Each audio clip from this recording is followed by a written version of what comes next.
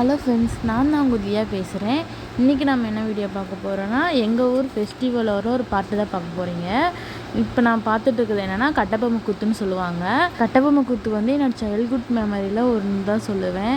ஏன்னா எனக்கு அவ்வளோ பிடிக்கும் இந்த கட்டபொம்மை கூத்து. யாருக்கெல்லாம் இந்த கட்டபொம்மை கூத்தை பற்றி தெரியும், யாரெல்லாம் பார்த்துருக்கீங்க, யாருக்கெல்லாம் பிடிக்குங்கிறது மறக்காமல் கமெண்ட்டில் சொல்லுங்கள். இந்த மாதிரி ஒரு சபை கிடைப்பது அப்பா போக மாட்டோமா, வீட்டுக்கு போய் அங்க பாக்குறேன், அங்க பாரு, அங்க பாரு. ஒரு 20 வருஷம் கழிச்சு நினைச்சுக்குவாங்க அந்த குழந்தைங்க எல்லாம்.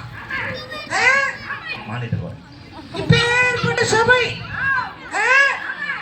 சனிக்கிரகம் மாயவனுடைய அனுக்கிரகம்.